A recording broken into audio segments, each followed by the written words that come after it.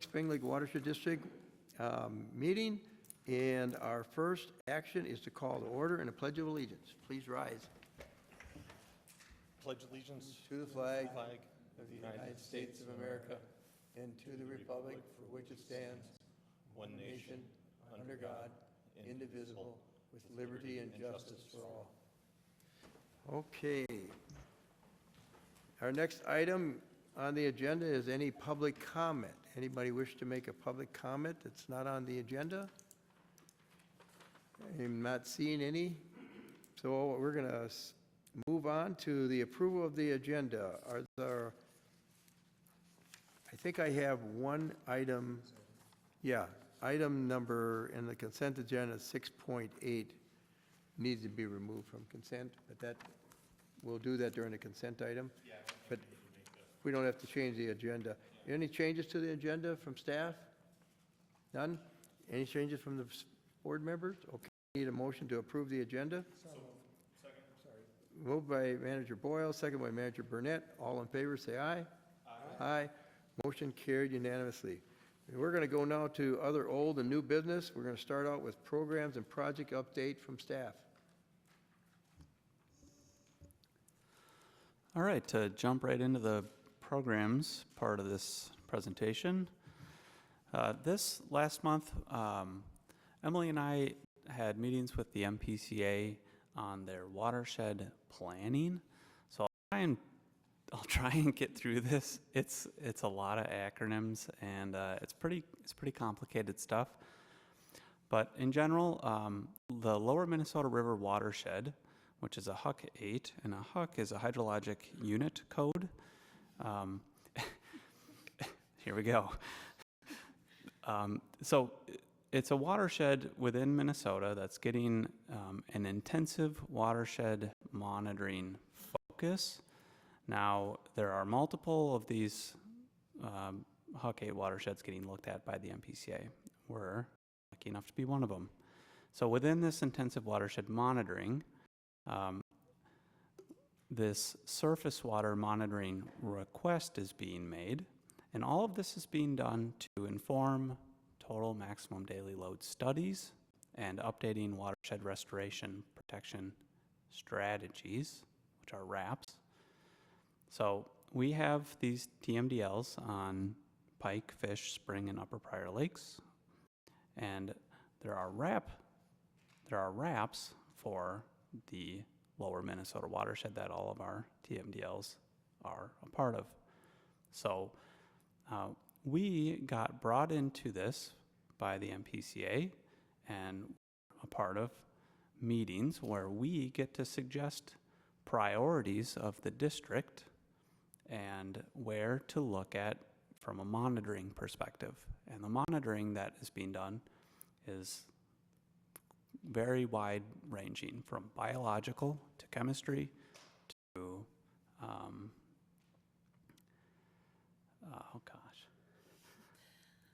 IBI. Yeah, index of biological integrity. It looks at impairments. It looks at where BMPs have been implemented and the effects of those studies.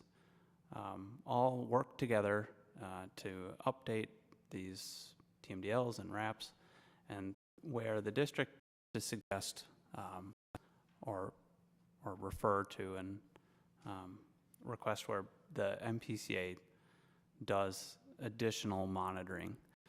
Where the MPCA does additional monitoring can influence what water bodies are impaired, what might be become unimpaired, just provide general information all around surface waters. So right now the district's working with the MPCA to provide location suggestions on where to monitor. This work will begin in 2025 and last through 2026. There are options for the district to obtain funds through a SWAG grant, Surface Water Assistance Grant. So we'll be applying to the SWAG grant. So sort of to wrap this up here, our priorities, and this is a very high perspective here, is to understand progress on our TMDLs, update on, to look at the impairments within our lakes and to the PLOC and Ditch 13, and to find commonality between the MPCA's interest in the lower Minnesota watershed and district projects. So the MPCA is really, if from a Huck 8 perspective, is looking at, the impairments within the Minnesota watershed.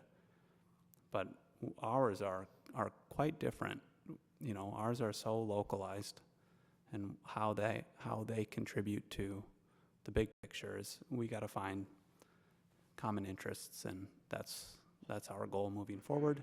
We'll be working through this most of this year and look to help with monitoring and implementation and requests. So more to come on the watershed planning side. And like Joni mentioned at the end of board workshop here, we've been radio tracking on Spring and Upper Prior Lakes. So in Spring Lake, we've consistently found that carp have been dispersed, although on Upper Prior Lake, we did find a day where they were all aggregated just where we want them, and that's just how it goes, I guess. But we communicated with the commercial seiners who did not feel comfortable using their equipment on the ice. So tough day for us because we had 8 out of 10 tags in this circled location. That hasn't happened in four or more years, and that's the ideal spot that we want them. That would have been huge. So kind of a letdown for us, but we'll still go after them. There's opportunities for us to potentially do gill netting with this amount of ice, but safety is paramount. So we'll continue on the carp front here.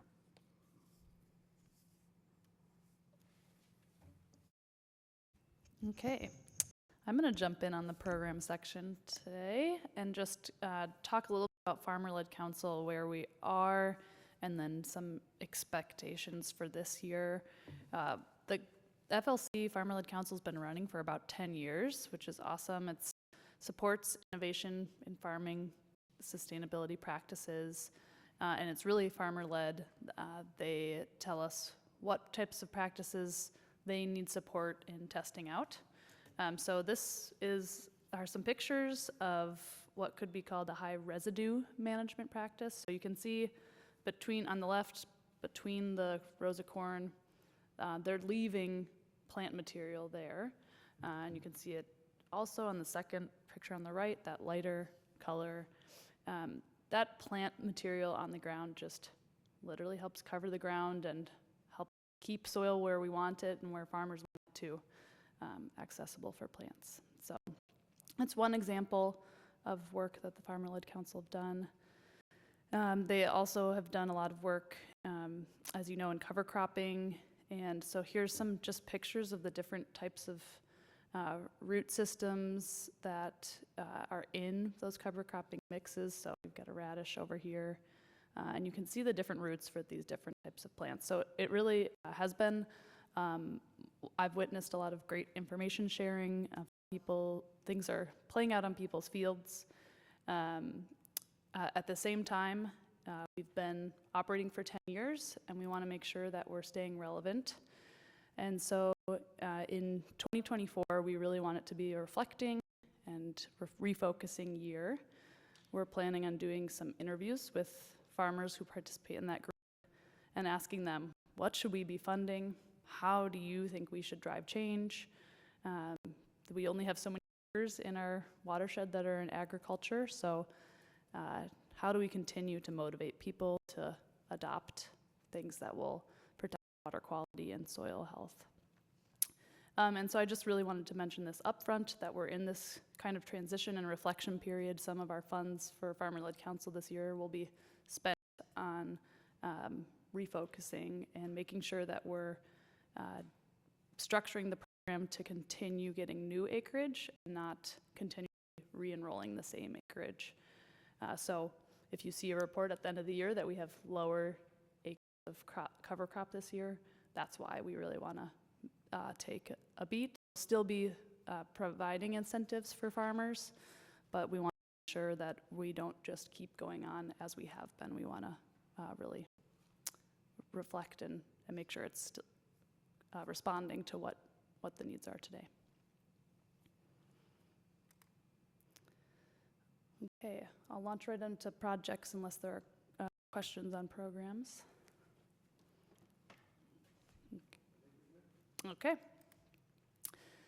But my first slide here, I just wanted to add some refocusing because we've had so many prioritization conversations lately, and where are we going to put our attention? And so I wanted to tie it back to our plan. We have these 3 big priorities here, and under each of those priorities, these are kind of the projects that we have been narrowing in on, and all focus on the water quality and flood reduction ones because those fall in my wheelhouse.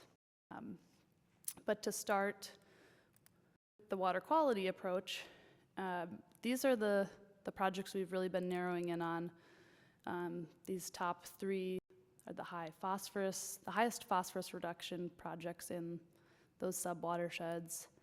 And then we've got these other projects which have landowners and funding available. We've been here before, but I just wanted to keep tying this back that we're making progress in each of these categories. And so I'm going to talk about the progress where we have these landowners willing to move forward. The Swamp Iron Enhanced Sand Filter project, we completed a feasibility study last year. The board approved negotiation in January, and so I've been discussing easement language with the landowner. If we are successful, we could potentially put this project on the list for potential use of this biennium's WBIF, or watershed-based implementation funding, which is just shy of $170,000. So that's really great, seems to be moving forward well. Another project that has willing landowners focusing in on is the Buck Stream stabilization. This project really will focus on reconnecting the floodplain. The stream going through this area is really incised, has cut down, and kind of continually is pretty erosive with any water event. So we've looked at the budget and funding available. We have an extra zero, $75,000 of clean water funding available through our partnership with Scott Soil and Water Conservation District, as well as $38,000 was budgeted in our watershed district budget this year. If we broke that out into the expected buckets that we would use, that EUR would be the proposed engineering firm. Soil and Water Conservation District has really been leading landowner organization and would lead the construction management, and then construction of the restoration itself would be the bulk of the budget. And we've started the preliminary concept so that we could approach the landowners. I did meet with them last week. They've expressed willingness to continue and were favorable to the concept. This project, if approved, would need to be completed in 2024 because our clean water funds expire at the end of the year. So we need to complete the construction and certify it this year. If we did complete it, there would be roughly 10 pounds of phosphorus removed expected per year. If I calculate that out for how much the district is putting in, and over the expected lifetime, it's roughly $276 per pound. You can see in the drawing on the right, the kind of scalloped edge would be the area that we would remove or source woody material from, mostly buckthorn. The idea would be to clear out the invasive buckthorn, actually use it to build these natural structures along the edges of these banks that are eroding, and kind of help build that stream bottom and connect it to the floodplain. So it's slowing down the stream, taking away the power that's kind of knocking out these banks. And so you'll see that there's a scope of work for approval that would represent the continuation of this work on the consent agenda today, and would be happy to answer any questions up front. I know we've talked about this project several times, so maybe I'll just pause there while we're on this slide, if there's any questions. Sorry. What looks like macaroni to me? Oh. What are those? Yes, those will be like natural. I should have put a picture on here. It'll essentially look like if you took trees and put the root wad facing the stream bank and had kind of a natural armoring around the stream bank. So it's helping protect the shore, and then over time, any sloughing that does happen is going to kind of fill in where those root wads are and revegetate and just solidify. Thank you. Any other questions? Okay. Okay. So just to refocus, those are two updates in the water quality category. Then for an update on reducing flooding, prior lake outlet pipelining. It's a big project on the horizon. As Manager Loney alluded to, we had a meeting with the cooperators last week. We have submitted an application to the legislature for bonding funds. We'll find that out in May of this year, but we're already beginning to discuss other funding sources and plan to apply for grant funding to just make sure we have a plan B and see we remain shovel ready and await great funding opportunities. And that's all. Manager Boyles has a question. Can we go back to this MPCA situation? I'm confused. I know, not hard to do. Are they paying for this? Are they doing this? Or is this, we just went through a document that's got all kinds of work for us.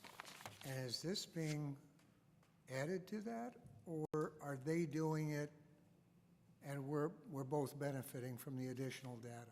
Yeah, the second phrase that you just mentioned there. So the MPC is looking at large-scale watersheds that we are a part of. Historically, they had just picked locations and said, we're doing it here, FYI. They're really taking more of an integrated approach to try and find opportunities to partner with local watersheds and also utilize local water abilities to do the monitoring for them. So at their cost. So That changes things. right. It's not guaranteed that we're going to have this, funding for all the monitoring we do. So we have It's nice to see them collaborating rather than regulating or being punitive. agree. You're here. I have just one question. On page 5, there's a acronym SKED. I have no idea. And I was just wondering, I know at one time we had a list of acronyms for the Yes. board and CAC members. I wonder if that shouldn't be updated. But I think I heard about 7 or 8 acronyms tonight. They throw them. They just throw them in there, yeah. President Loney, SKED, that's one I can't even tell you right now. I struggle, I came up with so many different combinations, and none of them are right. SCED's a module within our whiskey database that helps us with analyzing flow and rating curves. Okay. So. It's something I really didn't need to know. Whatever. Okay, but I know we used to have an acronym page that we had for new board members and CAC members. It might be a good idea to update that. Okay, we're done. Are we ready to go on to the next item? Or no? Christian, you have a question? Yes, I just had a question. So with regards to the PLOC management and plan,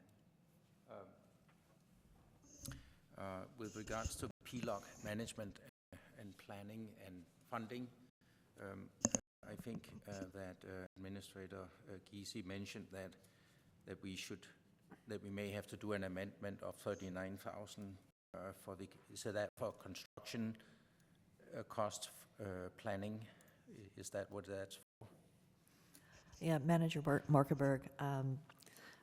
So last year, the PLOC cooperators approved a contract with the consultant to put together the construction documents to line the outlet pipe. And they also approved that change within the budget for the year for the PLOC cooperators. But when we put together our budget estimates as we were developing our budgets this last fall, we kind of missed that one activity. And so that cost didn't get reflected in what we thought we would have to contribute for 2024. So it was just recently thought that the cost of that consultant's work needs to flow out to the cooperators, that we need to fund that cost.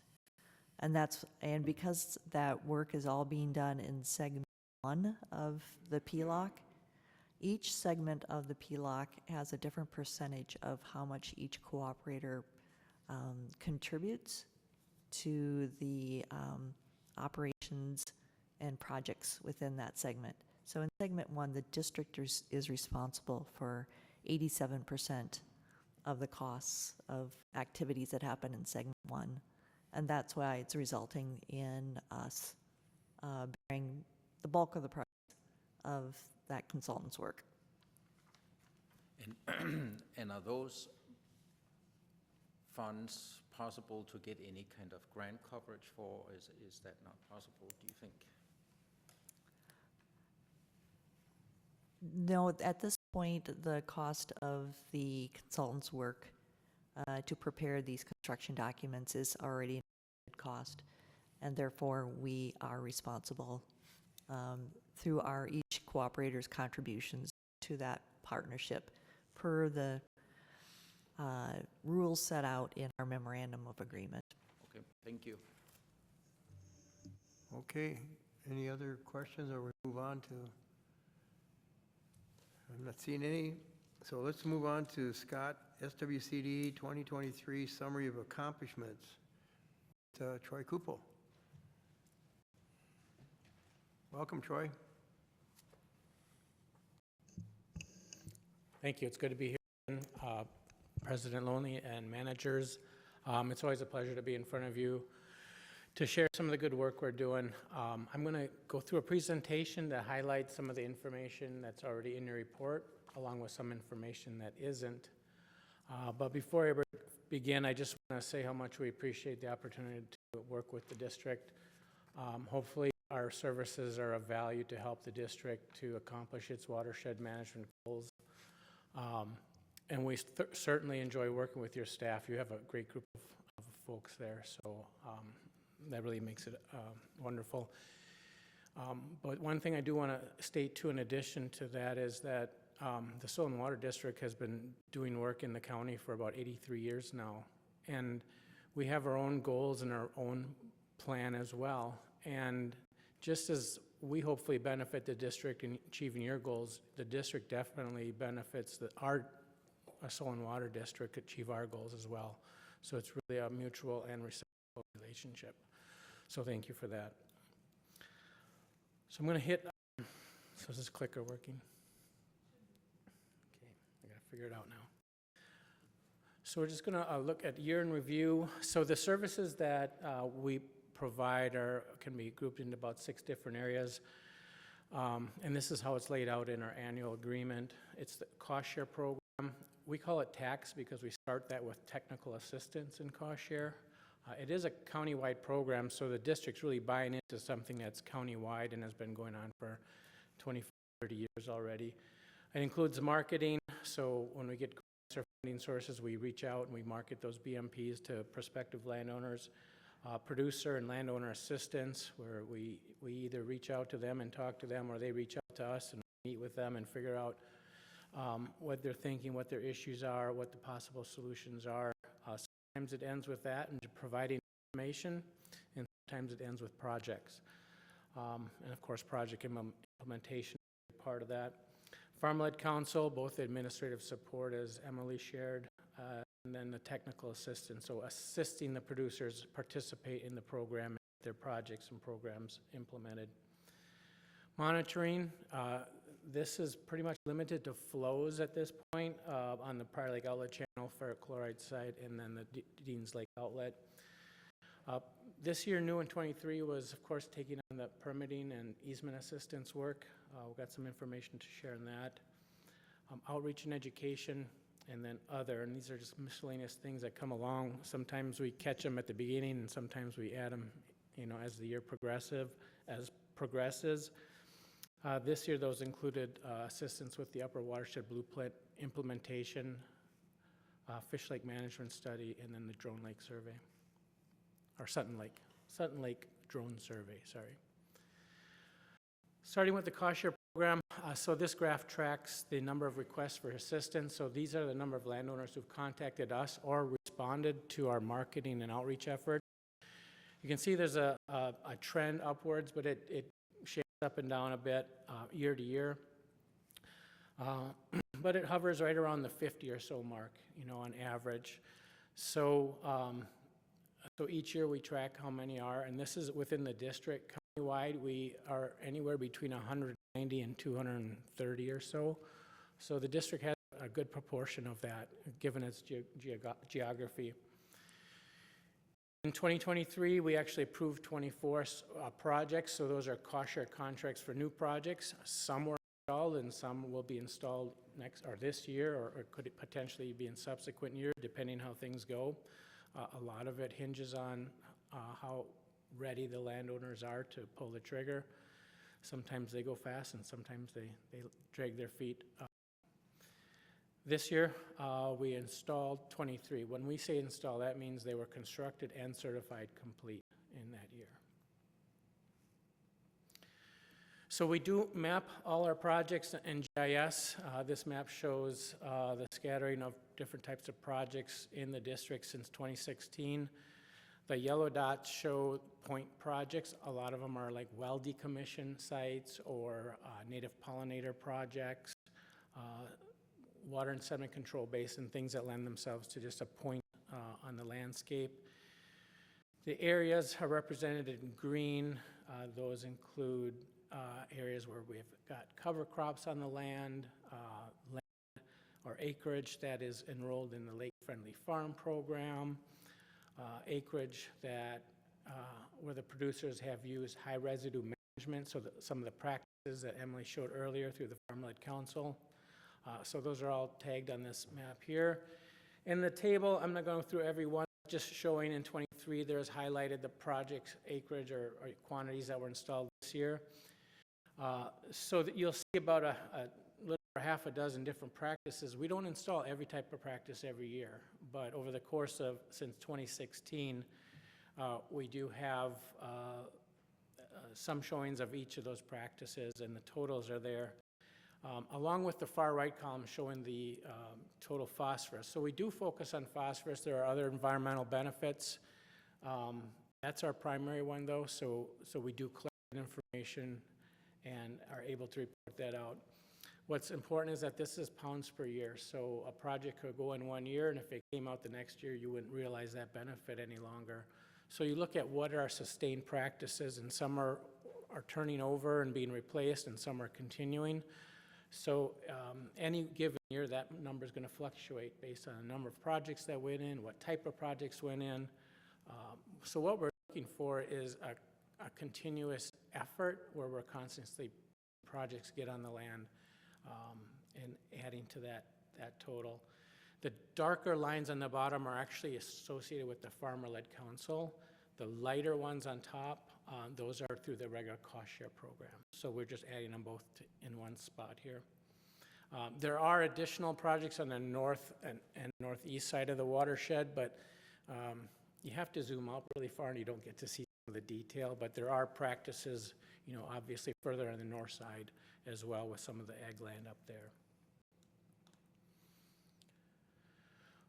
This graph shows the cost project expense contributions. So these are the funds that actually went towards those projects you saw on that map.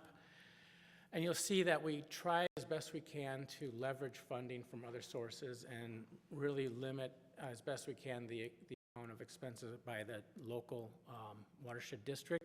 We do the same thing with all our partners. We try to leverage the state and federal grants as much as possible.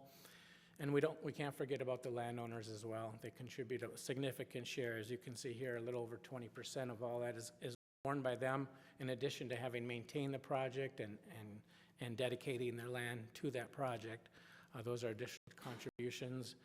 But overall, if we look at the past 7 years or so, the district pays about 25% of this, and between soil and water and landowners cover the remaining portion of those. So that's a benefit of that partnership, again, is that ability to leverage other funds. The environmental benefits, so this is specific to the cost share program, not the FLC. So like I said, we do track the benefits, phosphorus and sediment. We also do runoff reduction. I don't have a graph on that, but there is one in your report. So we do track the volume runoff reduction. And you can see these numbers fluctuate. They're low 1 year, high next, low, you know, they do. And again, it gets back to the type of projects, how many landowners were interested in doing projects in a given year. Other factors that can affect that are economy and how much discretionary funding landowners have, as well as weather and climate. We tend to get a lot more business when there's a big flood event or rainfall and folks are seeing things starting to ravel, seeing erosion. We usually get a significant uptick in calls and requests for help. And of course, we're on the end of a couple-year drought period, and so a lot of folks are forgetting what can happen out there. And then total reduction is the right graph that's showing between phosphorus and sediment over that 7-year period again. What the total is in the terms of the total phosphorus, which is pounds per year, and sediment reduction. And this plays into the larger discussion about what are the goals in the upper watershed, what are the phosphorus delivery concentrations and total amounts to Spring Lake, for example. We use different models, and there's different studies with different models, and trying to piece this all together is a challenge. We use these numbers that help us evaluate trends and progress, but someone would have to do a study into exactly how you correlate these reduction numbers specific with any given plan or study that has specific reduction goals in it. These are farmer-led council benefits, so this is in addition to the ones we saw just in the last slide. 2023 was actually a big year. Part of that was because we started to take credit for and grow more incentives for the high residue management. So that's been a big push with cover crops. So those two practices together are contributing to fairly significant reductions. They are annual practices though, so you want to see those practices repeated. Even though you want to see additional acres, you want to see them done on acres every year. Just grow that from there. So we're seeing a good, I think at this point in time, after 10 years, we're seeing a fairly nice trend in terms of adoption within the district. And I would say that Relative to the number of acres and producers you have, the rate of adoption of practices in the watershed is much higher than you would see, on a statewide basis, even countywide basis. So, and I think that is because of the very strategic work the district is doing, especially with respect to supporting the Farmer-Led Council. So that is having benefits, and hard to see and hard to get your arms around that sometimes, but it is having a big impact. And you can see it most when you compare it to a much broader scale. Hey, Troy, could you go back one slide? I think, yeah. So when we're looking at this cost share program, the amount of phosphorus reduction is 407. That's over 7 years. Now go to the next slide. So you're saying the Farmer-Led Council acreage in that program, reduction of phosphorus is 618? Correct. I mean, that just shows that's a Correct. pretty good program. Yes. It's doing a lot of acreage and a lot of good practices, or a few good practices over a lot of acreage, and that's the benefit. These are the practice installation, just two of them. It doesn't include the high residue management that I mentioned earlier, but we focused primarily up till this year on the lake-friendly farm certification and the cover crops. These graphs kind of give a trend on those. So even though we see less on the cover crop side, we still are seeing better phosphorus and sediment reduction because of the addition of the no-till and reduced-till practices out there. The lake-friendly farm, that's acre certified. So last year we were at about 13% of the watershed, and now we're at the 15% mark. That's the percent of all cropland, what we estimate to be the productive cropland within a district, which is about, a little over 5,700 acres. So that's one area where I personally like to see us do more, largely because I think it's one of those things that really help us kind of achieve the original mission of the Farmer-Led Council, which was to really demonstrate, first help farmers do what they can on their land for conservation, but also demonstrate to the non-farm community that the farmers are doing their part in a way that we can quantify and verify.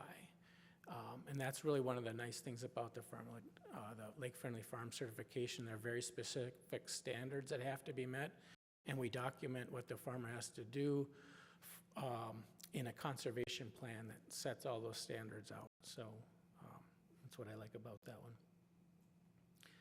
Education outreach, quite a bit going on in there. So the district's participation in that, again, is a participation in a broad countywide program. So we're able to leverage a lot of the resources and activities we do countywide and focus that in the district as well.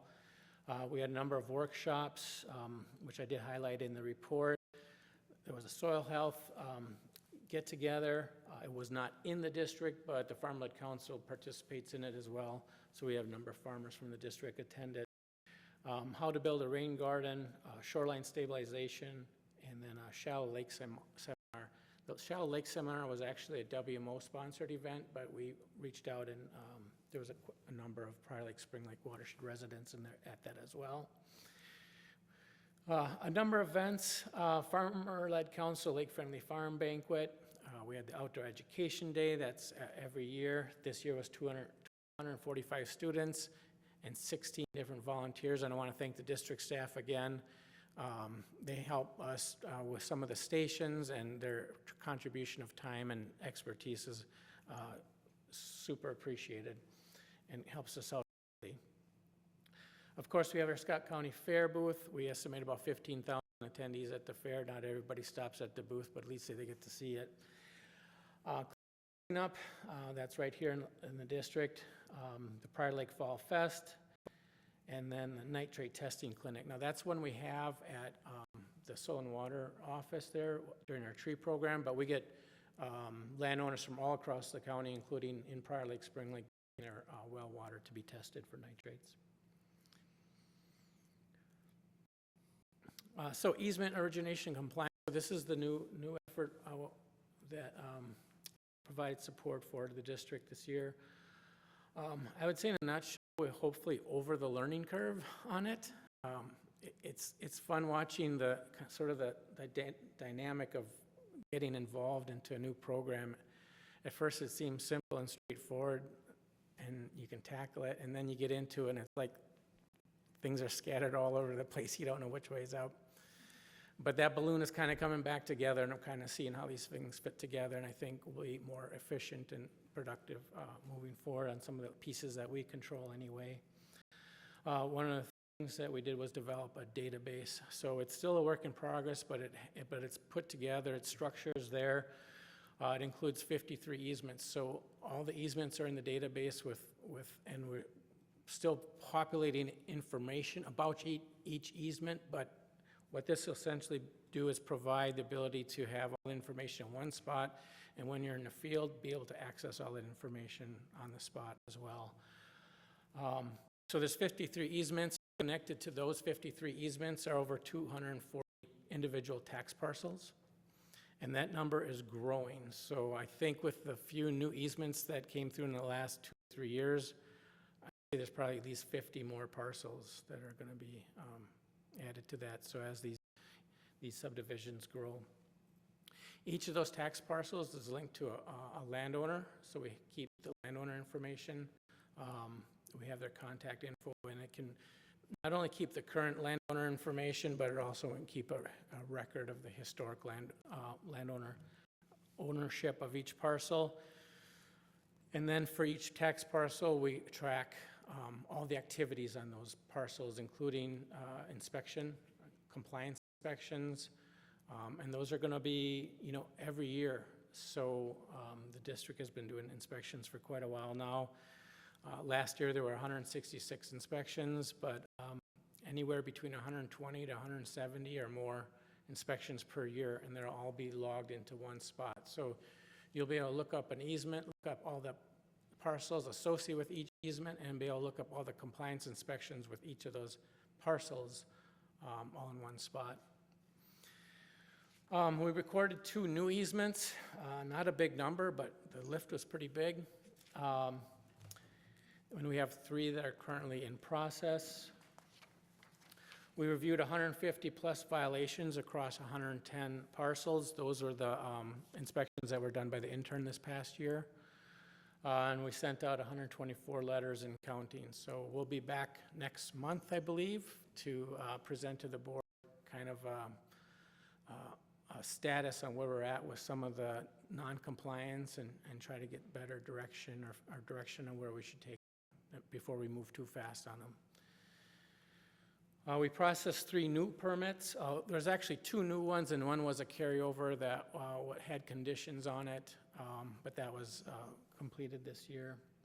And we facilitated reviews of 20 what we call referral permits. So those are permits that are issued by the local government units, such as the City of Prior Lake or City of Savage. And we just work with Carl and his team and between the district and the developer to make sure that we've done our due diligence and review and get those comments back to the city, who can in turn relay those back to the developer. Just moving kind of fast here. Here's just a little bit of the violations. So one of the things we do with the database is be able to roll up, what kind of violations do we see.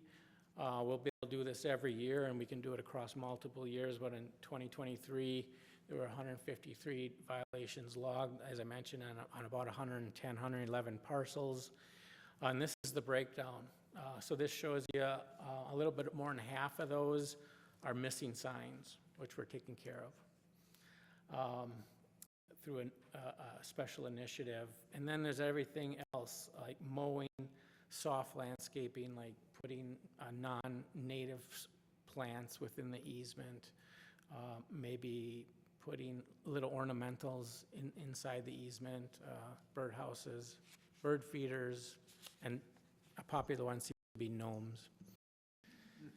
Hard landscaping is like retaining walls, pavement, things like that. Brush and piles, fence encroachment, putting a wood fence or other kind of durable fencing inside the easement. Structural encroachments, that might be like a play set or potentially a small shed or something. And then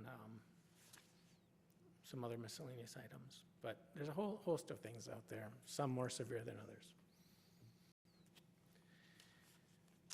A couple other things just quickly here is, as mentioned, we did some work helping with the upper watershed blueprint, mainly serving as landowner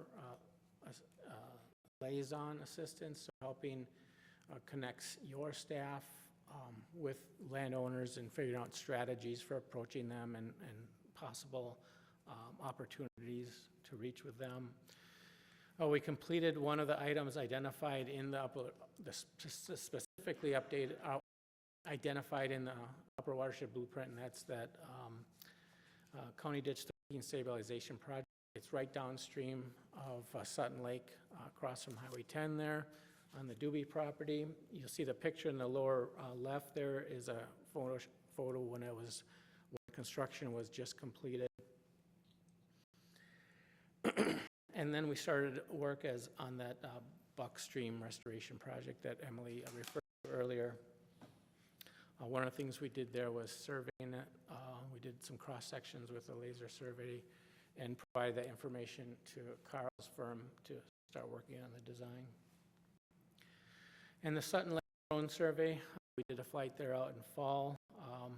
That's used to provide information back to the district for its lake water management plan. The deliverables include orthomosaic imagery, and then also some aerial photos and videos as well. That picture on the lower right is actually one of the outputs. It's integrated with Google Earth.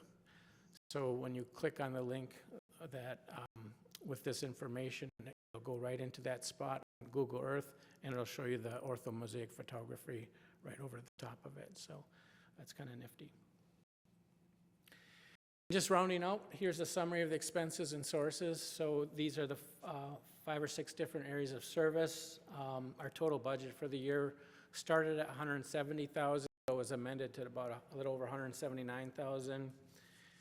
The two biggest pieces are the cost share program and the permitting and easements. As you can see, the darker bars show the contribution by the district, and the lighter ones are the portion shared by the Soil and Water District. You'll see that small part contribution by Soil and Water for the permit and easement program. I didn't charge much time to building that database because I was learning some of it and enjoying it as well, so I decided not to charge. But anyway, I'll round it out, and I'll try to answer questions if there are any. I want to thank you again for allowing us to partner with you. Okay. Any questions on that report for 2023? No, not me. No, looks good. Right, Frank? Looks good? Yeah, fine. Okay. Oh, Christian, you have a question?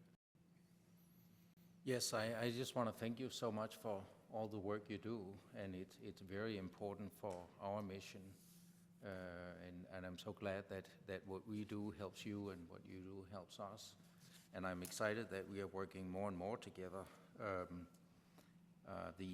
The whole monitoring program that you have established, that's a tremendous help for us. And I think it is an important thing, but it turned out it's not that easy, but you're solving it, so thank you for that. Yeah, absolutely. And I had a question on I think you said there's the two very effective ways of working. Like when you looked at the upper watershed and looked at those green and yellow dots, that's beautiful. Like that means we are working on those things, and that's going to have an impact. But you mentioned that the high residue management and cover crops were like two very effective ways, and I wonder if you could just explain a little bit about high residue management and what that is. So yeah, I think Emily's photo actually showed a very good example of it, and that's essentially, there's two aspects of that. One is you'll hear the word no-till.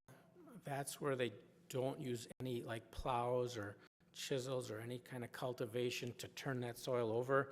like you would see if you have a garden or familiar with gardening, they'll turn the soil over and plant their seeds. It'll be nice black dirt. Get rid of all the weeds and vegetation and everything, so it looks great. Well, that's the way farming was too. I heard stories in the day from old farmers who would say they would have competitions who could make the cleanest plowed field.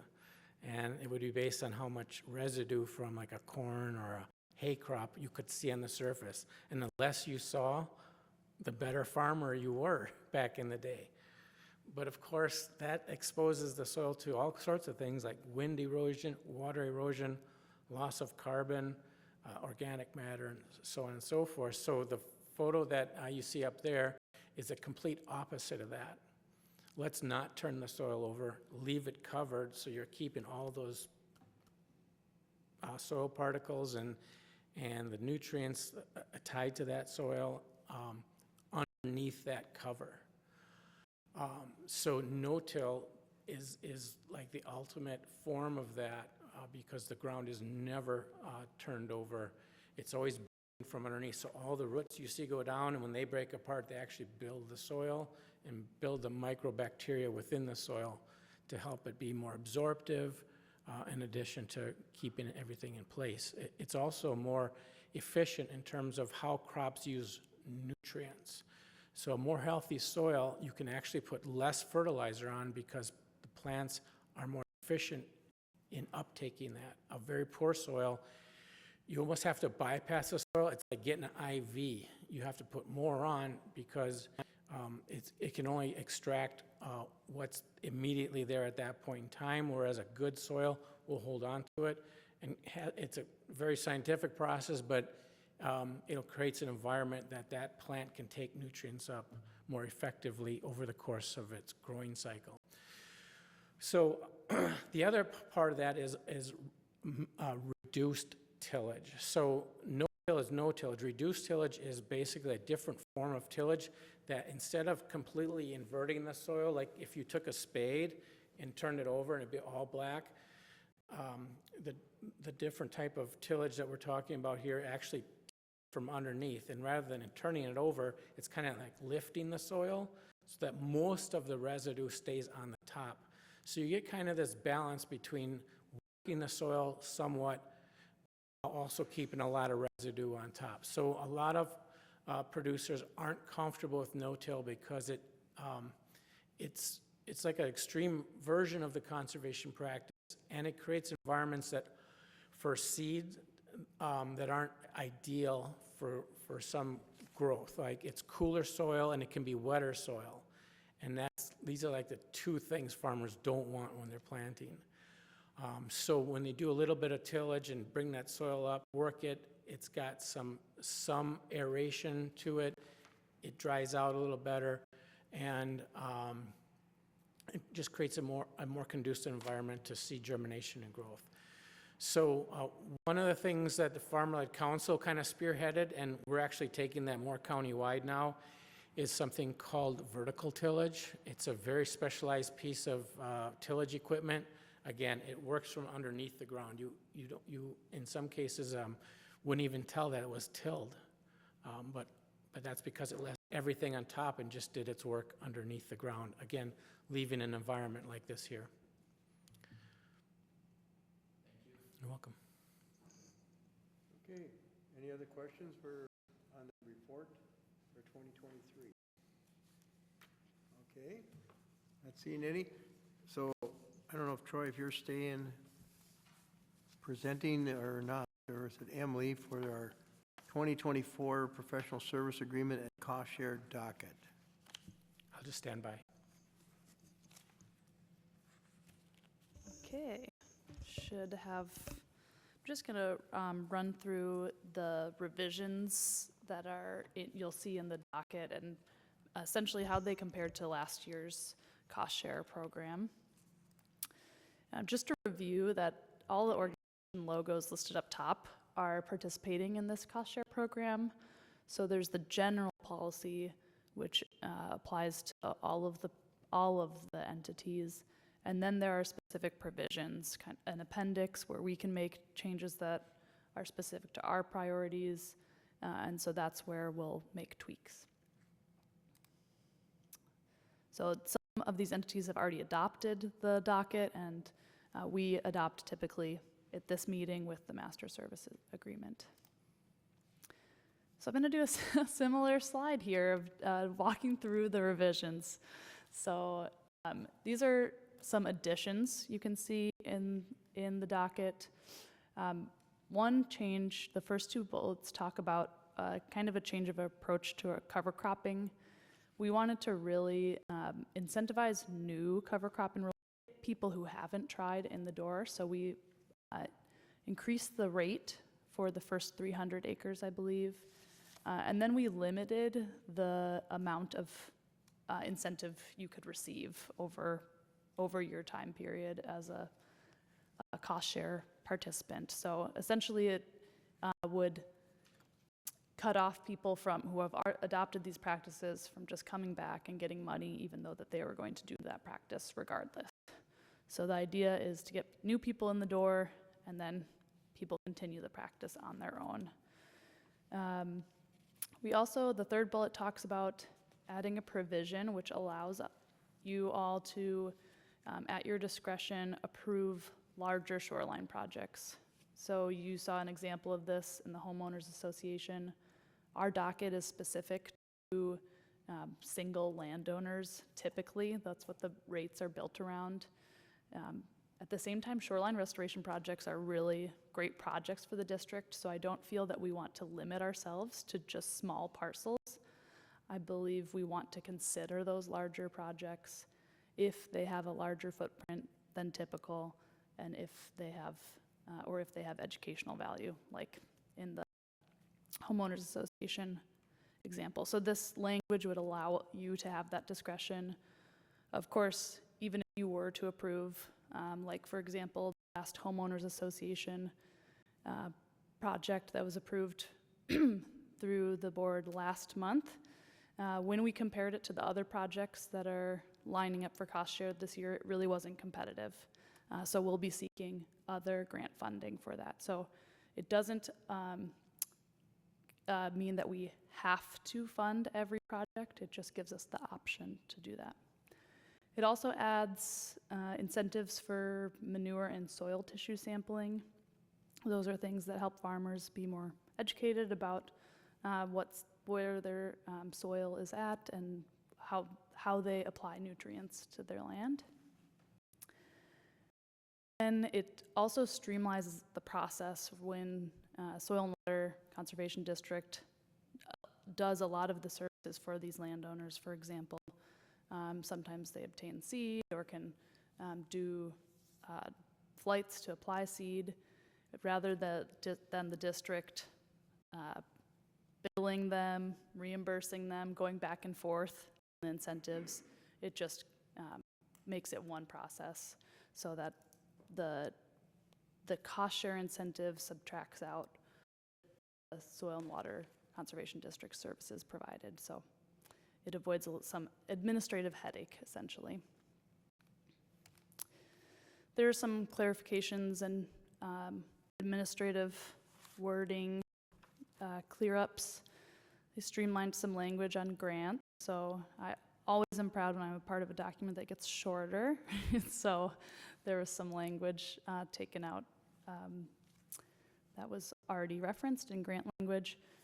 And then the one goal this year was to simplify our decision matrix.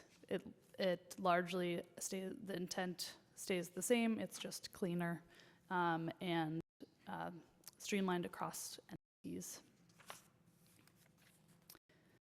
The two major changes you can see are some rates were adjusted to market value, so we wanted to make sure we were compensating for people's inputs appropriately. And then we proposed increasing the approval threshold from 7,500 to 10,000. So any project above that amount require board approval. That 7,500 number had stayed stable for many, many years. So we thought it was time to update it, just as we were updating these other market values. So I'll pause if there are any questions there. I have one quick question, I'll get to Christian. That changes in the project there from 7,500 to 10,000, is that the total project cost, or is that our cost participation? The watershed district's contribution. Okay. Yep. So the project could be 20,000, and ours could be 7,500. We wouldn't need approval. Correct. Okay. Christian, you had a question? Yes, so I'm sure you have thought very well through the cover crop incentive and decision process. And I don't understand the process there, but it makes me a little nervous when you say you're limiting cover crop incentives for people that are already doing it. And I totally agree, yes, you want to incent new people to do it, but are you still maintaining some version of rewarding people that will continue to just because if it's already working and they like it, somehow to continue to reward them? But you probably you understand this much better than. Yes, I'm trying to find the exact number. I don't know if it's included in here. There is, we will continue funding, I think it's up to 30,000, 36,000 total for a landowner in cover crop. So that can sustain them for either a lot of acres in 1 year or quite a few years. The idea is that kind of ethic of the program is to get people into a practice, them through the bumps, and then they can continue on their own. So we hope that that's what it aims to do.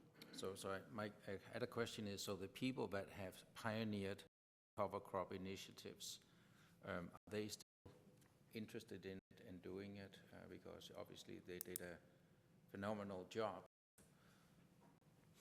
And the question is like, or are we seeing that people will do it and then stop? Yeah, President Loney, Commissioner Morgenberg. So it's a very good question, and it's a matter of balancing limited resources, and also just a bit of behavior. So what we find is that the amount of incentive that we're able to provide for the first few years is sufficient to get a landowner over those bumps and hurdles with adopting change. What we find is that the folks who want to do it will do it without any money.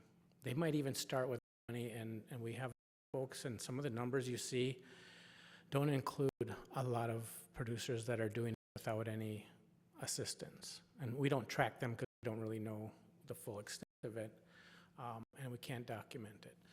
But we know it's happening, and if a farmer's going to do it only for the incentive, you ask yourself, well, is that behavior change really durable, and is it going to continue? Is it a good investment? And I'd rather spend more time working with new landowners and providing incentives for more folks, and then letting those who don't want to continue it fall off because it's just not sustainable to continue to work with them. It's better to spend your time and limited resources on folks that would potentially adopt it to that point. So there is that risk that the folks that are pioneers, have done it, may not do it, but we find it's more when you're successful, they've made that shift and they're just going to do it, and that's what we want. So, thank you. You're welcome. Okay. This is an item to approve the Scott SWCD 2024 Professional Service Agreement. So can I have a motion get this on the table so we can discuss it? So moved by Manager Toffenelli. Second. Second by Manager Morkenberg. Okay, any discussion on the agreement? Any questions? I just had one. What we're showing is $229,300. Is that all within our budget? Or Are we within or under budget, over budget, or where are we at? Manager Loney, the line items in the agreement are predominantly in our budget, and you can track them to the staff memo that was prepared, with the exception of a few items that I'm going to walk you through each of those one by one. Okay. The item for the 839 PLOC monitoring is in the Prior Lake Outlet Channel budget, not the district's budget. And the asterisk item of the upper watershed monitoring, water quality monitoring, is covered by our budget, but it's kind of made in our stream monitoring line item in the staff memo. The easement inspections, under permit easement inspections, line item that once again has an asterisk. We have budget. Right now, it is sitting in our staff salaries for the interns. And so what we would do is reallocate our intern salaries over to soil and water to have them perform the easement inspections. Okay. The easement sign installation, right behind, underneath that for 9,000, was approved by the managers last year. Okay. Now, we didn't make as much progress in getting those signs installed. And as I'm thinking about it, I probably should do a budget amendment to show that those funds are coming out of our budget reserves. And then the Buck Stream Stabilization Restoration Project, once again with an asterisk, is once again covered in our upper watershed budget under the Buck Lake line item. And finally, the fall drone survey is the one item that is contingent based on how our other monitoring activity is going over the year. And if we have funds available and the board approves it, then the fall drone survey will go forward. If funds are not available, it's just something that we will forego next year. Okay, thank you. Good explanation. It was hard to track all these funds in our budget. They're kind of mixed in there somewhere. Okay. Any other questions from board members on the agreement? I'm not hearing any, so assume you're ready to vote. All in favor, say aye. Aye. Aye. Opposed? Motion carried unanimously. Okay. Thank you, Troy, for your presentation tonight. And now we're going to go to our 2024 Education and Outreach Plan. And I believe that is Danielle. Correct?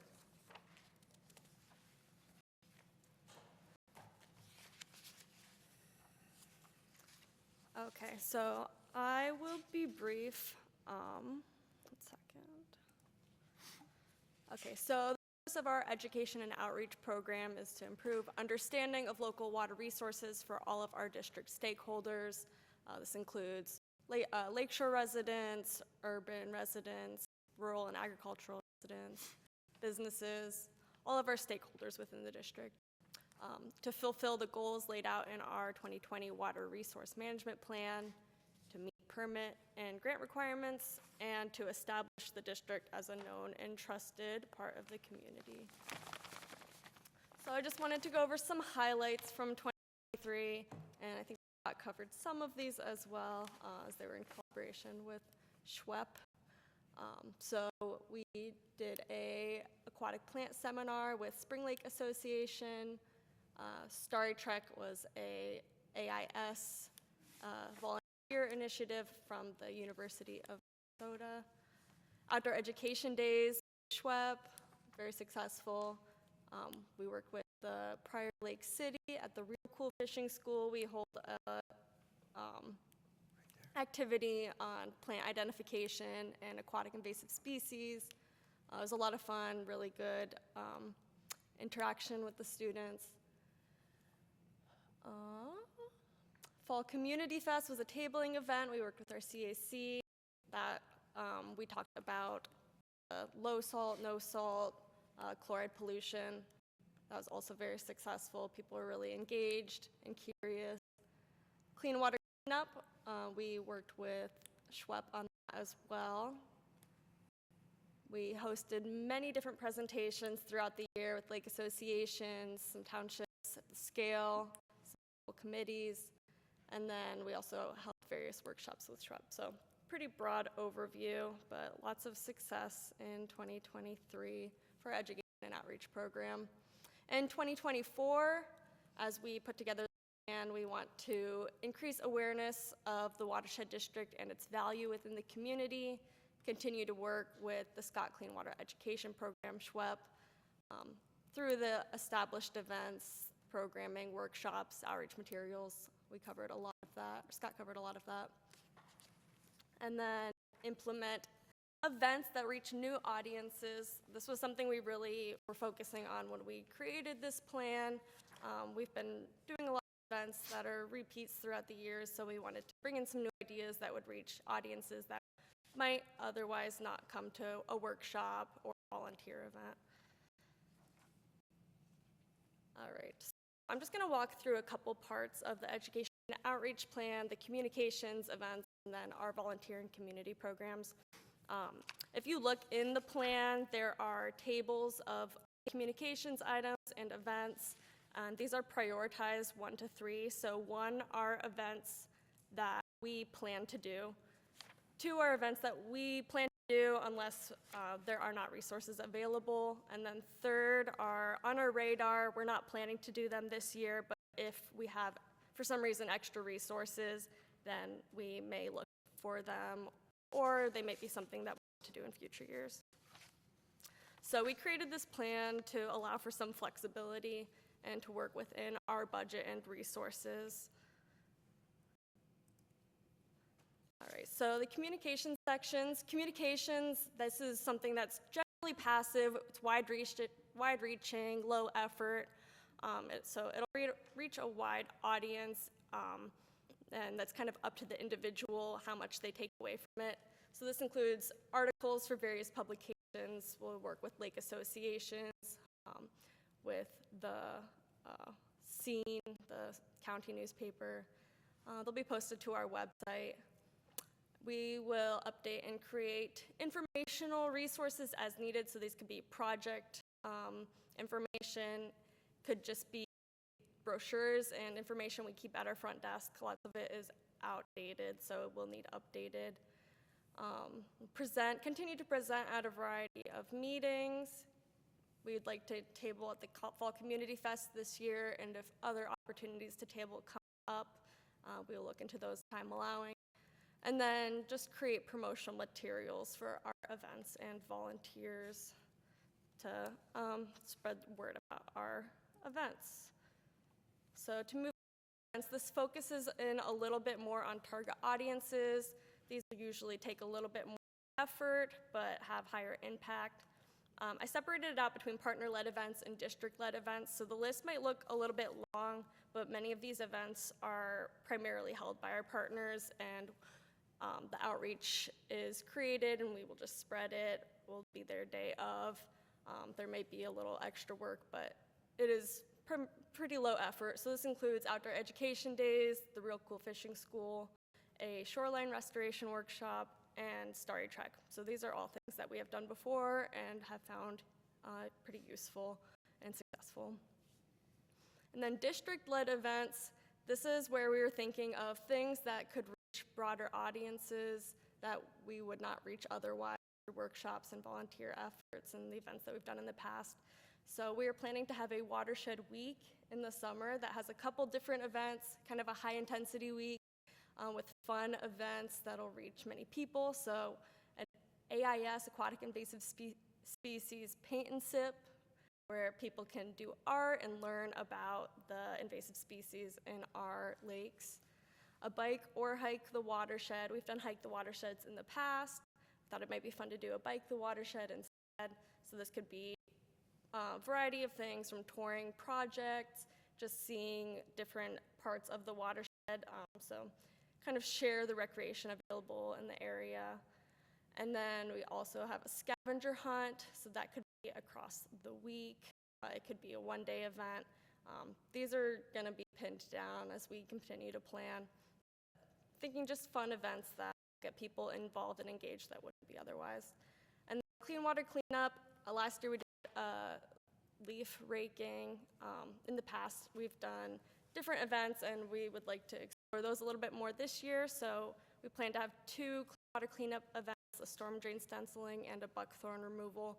One would be in the fall and one in the spring. And then with the materials we remove from the buckthorn removal, another fun event is a buckthorn wreath making event. We have seen this done elsewhere, and I think it would be an opportunity to use the materials from a volunteer event to teach about AIS and also get more people involved. And then, like last year, we plan to have a board and CAC tour. And then I won't say too much on this. I think we've covered it pretty well, but our volunteer and community programs are focusing in even further from events. So these are events that are very targeted. Residents are involved over long term or financially invested, and these benefit both the district and the community members involved. So that's different volunteer events, farmer-led council, and our cost share. And that is all. Okay, thank you. Again, we're approving the 2024 Education Outreach Program. Manager Boyles. Yeah, I just had a question. There are a number of areas that are new, right? I bet you they're laid out right in here. I couldn't miss them, but I did. Can you give me some idea of where these new items are? Yeah, so if you look under events, I put in under event items, but above the table, there's a section on like 3 paragraphs up, there's a section on the Watershed Week. That is where the new events are. So we'll have them all kind of together, the AIS picnic, Gotcha. biker hike watershed, and Thank scavenger you. hunt.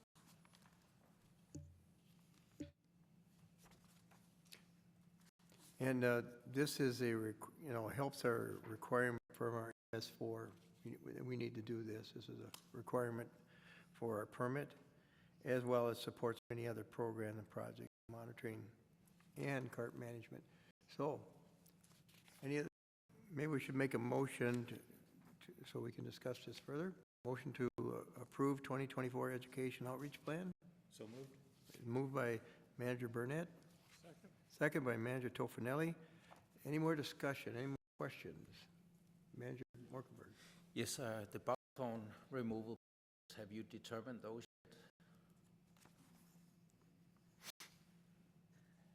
Manager Borkenberg, no, we have not exactly defined what would occur, but probably one of the first spots we will investigate is the district-owned property near the Ducks Unlimited wetland and the adjacent Raymond Park. So that would be one of the first places we would investigate, but it's not a given project or a location at this point. Yes, I would agree with that.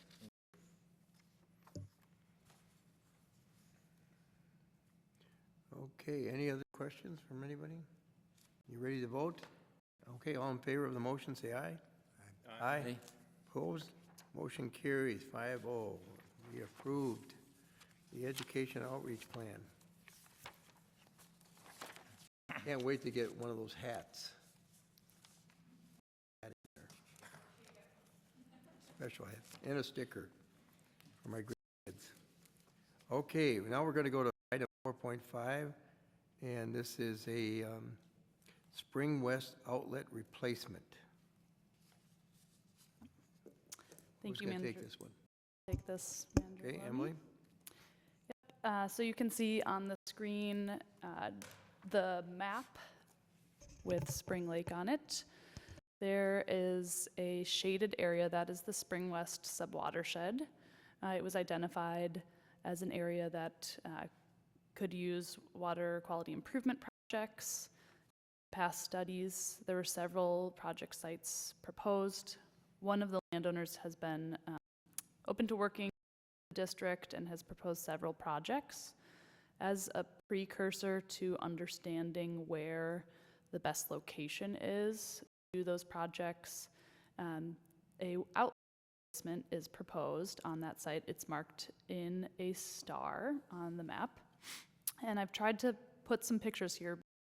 It's hard to explain, but essentially there's an outlet pipe that has been crushed down, and now the water coming out of that pipe you can't differentiate between the pipe water and the ditch it's entering. And the reason that's a problem is because the district is unable to differentiate where the nutrient loading is coming from. So we're getting different measurements upstream of the crushed pipe and then in the ditch. We don't know. There's a couple different areas that could be contributing to that, and so we'd like to understand and have an informed project location.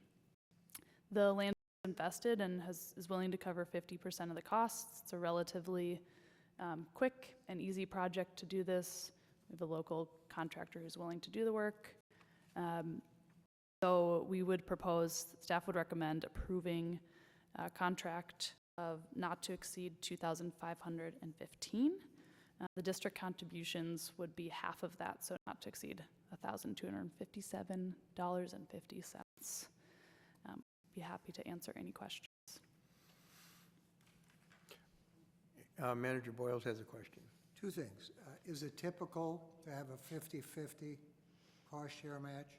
Is that what we generally do in these kinds of circumstances? I would say that's generous in this circumstance because the interest is largely the district's to get that monitoring information.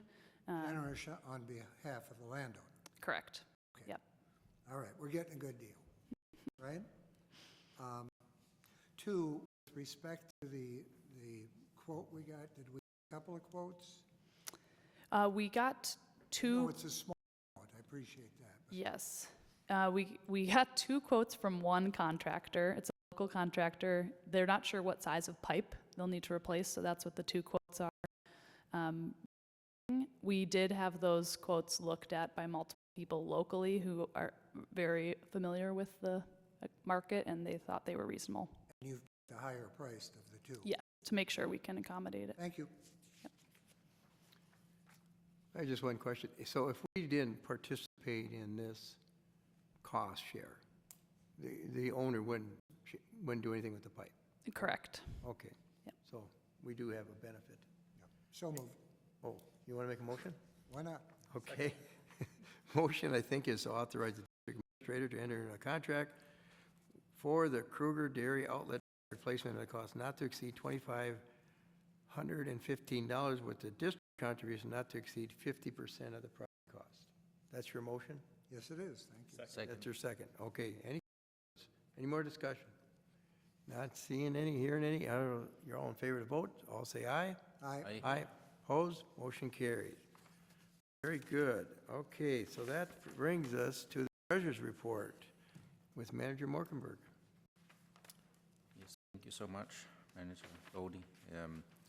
So we are in a good financial status. When you look at the expense report, you can see we don't have many expenses that are present right now, and except for some of the prepaid items. And that's because of the way our accounting works. Is the claims list, as an example for January, that we will approve today, won't be reflected until next month's financial report. But everything looks good. I also mentioned that I met with Administrator Joni Giese and our chief accountant, and we reviewed our accounting process and how we report it, and the different controls we have to make sure everything is done correctly, as well as the preparation for the upcoming audit. Again, many thanks to our administrator, Joni, who has so much financial experience and does a phenomenal job, so thank you for that. We reviewed how we report our, give you our financial report, and made just a few what we think is improvements to it, where if you look at the cash flow chart, you can see that, which is on page 43, you can see that as a new thing, we have the different cash items illustrated in red, yellow, and green. And basically, the red is the restricted funds, the yellow is the committed funds, and is the cash flow on hand. And you can see that's the main one that is fluctuating over time. And if you wanted to get more specific in what are the restricted funds and what are the committed funds, you can see that on page 42. So the restricted is the permit deposits, PLOC, contingency funds. And the committed funds is our alum reserve, the upper watershed fund, and the debt payment fund. So that's one thing. And then the other thing is our cost analysis, which is the last document here on page 45. As you can see, right now there's not much information on it. The further we get into the year, the more important and telling that information is. But that one we'll be getting every month because it gives us a lot of information in a different way. And I think that's the part of my report. And I think do you have any questions? No question? Nope. Yeah, and I think Administrator Giese will give us a report as well. Is that correct today on? Yeah. Joni, you can go right ahead with the quarterly report. Certainly. President Loney and managers, as of January 31st, 52% of the district's funds are maintained in two money market accounts that are earning interest ranging from 5.2 to 5.3%. The other 48% of the funds are currently invested in certificates of deposits that are earning interest at rates ranging from, once again, 5.2 to 5.5%. The time and dollar weighted average portfolio yield for our investments right now is 5.35%. So the district uses a laddered approach to the investments to our investments in certificates of deposits predominantly. What this means is that approximately a quarter of our investments will come due every 3 months. If we have operational needs or project needs for those funds, we have that fund available. If a project is not up and due in the next 3 months, those funds will be reinvested. But once again, the laddered approach allows us to have cash available to us every 3 months. And if you look at the treasurer's report, 55% of the district funds are related to committed and restricted funds, which is slightly more than what we currently have invested in our certificates of deposit. So I think we're covered adequately for cash flow. Great, fantastic. Any questions for Joni or Christian on this treasurer's report? I do like the green, yellow, red. I mean, that really shows up nice on it. It's a stoplight, frankly. Stop when you hit red. Okay, I think no other questions. I think we're good on that. We're going to go to the consent agenda, and this is considered one item of business, routine administrative items not requiring discussion. Can be removed from the consent agenda. Somebody can remove it at the request of a board staff member or member of the audience. I believe we need to remove item 6.8 because we have a resolution on our table. So I'm going to remove that. Any other items anybody wants to remove and discuss?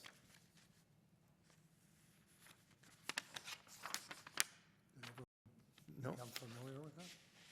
I just don't know if you have to remove it. Oh, Yeah, we do in this case. Do you? Okay. yeah. Never mind. Yeah, we'll have to take that off and approve that. That wasn't in our packet. I think that's what you're referring to, right, Frank? Yeah. Yeah. Okay. With the removal of 6.8, I would ask for a motion to approve the rest of the consent agenda. So moved. My manager, Tofinelli. Second. Second by Manager Burnett. This is for no more discussion. All in favor of the consent agenda, say aye. Aye. Opposed? Motion carried. Okay, so item 6.8 is a resolution 24-377. And Joni, maybe you need a little explanation for this? President Loney and managers, yes, Resolution 24-377 is an authorization to transfer PLOC, a Memorandum of Agreement Emergency Fund in trust. So the PLOC Memorandum of Agreement requires the establishment of an emergency fund in the value of $250,000. The Memorandum of Agreement also states that the emergency fund can accumulate interest income in the amount of $10,000. Any interest above that then should be transferred to the PLOC Operations and Maintenance Fund to offset operations and maintenance expenses. At December 31st, 2023, the emergency fund had accumulated interest in the amount of $20,100. So per the memorandum of agreement, $10,100 needs to be transferred to the Maintenance and Operations Fund. So the resolution in front of you, I will go through I'll read it out loud so everyone can understand. For your consideration, states, whereas the Memorandum of Agreement for the use, operation, and maintenance of the Prior Lake Outlet Channel and outlet structure was approved by the cooperators comprised of Prior Lake, Spring Lake Watershed District, the City of Prior Lake, the City of Shakopee, and the Shakopee-Mid-Wacaton Sioux Community in May 2019. And whereas the Memorandum of Agreement, Article 10, Cost Share Allocation, Paragraph 10.4A4, states interest earned by the emergency fund up to $10,000 will remain in the fund to pay future emergency maintenance costs. The amount of interest will be reviewed annually, and amounts over $10,000 will be used to defray future costs in the next budgeting year. And whereas the PLOC Emergency Fund has accumulated interest in the amount of $20,100, which includes accumulated income of $10,100 that is in excess of $10,000 at December 31st, 2023. Therefore, be it resolved, accumulated interest in the amount of $10,100 is authorized to be transferred from the PLOC Emergency Fund to the PLOC Operations and Maintenance Fund, effective December 31st, 2023. So staff is recommending approval of Resolution 24-377. Okay, very good, thank you. Question, Manager Tofinelli. I don't understand, we're agreeing to abide by our memorandum of the agreement? And can we say no? In violation of Memorandum of Agreement. I didn't think that was an option. I would not advise it. Okay. All right, should we try that? See what- Well, we know. signed something that says we'll do it, and I don't know why we have to approve something already approved. It just strikes me as odd. Yeah, I think this is like an official record of the transfer, like when we do a budget Okay, amendment or budget transfer. I'm amused. This is our official way of doing it. The resolution is documentation. Yeah, so this is needed so that we can definitely show on our records and our accounting records, so. Keeps us out of trouble, I think, doesn't it, Manager? Yes, Manager Loney, it keeps us out of trouble. And just a forewarning, you're going to get another one next month where we're going to authorize the transfer of funds to pay our portion of our dues this- for the PLOC. It's just an annual thing we do. No, I'm not, I just find it funny. Okay, you want to make a motion to approve Resolution 24-377? Yeah, I'll make a. Okay, motion Manager to Tofinelli approve. to Anybody approve second it? Resolution 4377. Okay, any seconded? Second? Second by Manager Morkenberg. Okay, has been any more discussion? I don't think so, but I'll ask. No more discussion. All in favor of Resolution 24-377, say aye. Aye. Aye. Opposed? Motion carried. All right, let me see where we're at now here. I think we're at, I wouldn't advise it. I like that. you tell it like it is. No, I like it. Yeah. Upcoming meeting and event schedule. Manager Boyle, would you like to care to read that for us? You can't deny my melodious voice, can you? Nope. I gotta- Alrighty, we have upcoming meetings and events scheduled. Take just a few seconds here. Board of Managers Workshop is Tuesday, March 13th, 2024, commencing at 4 p.m.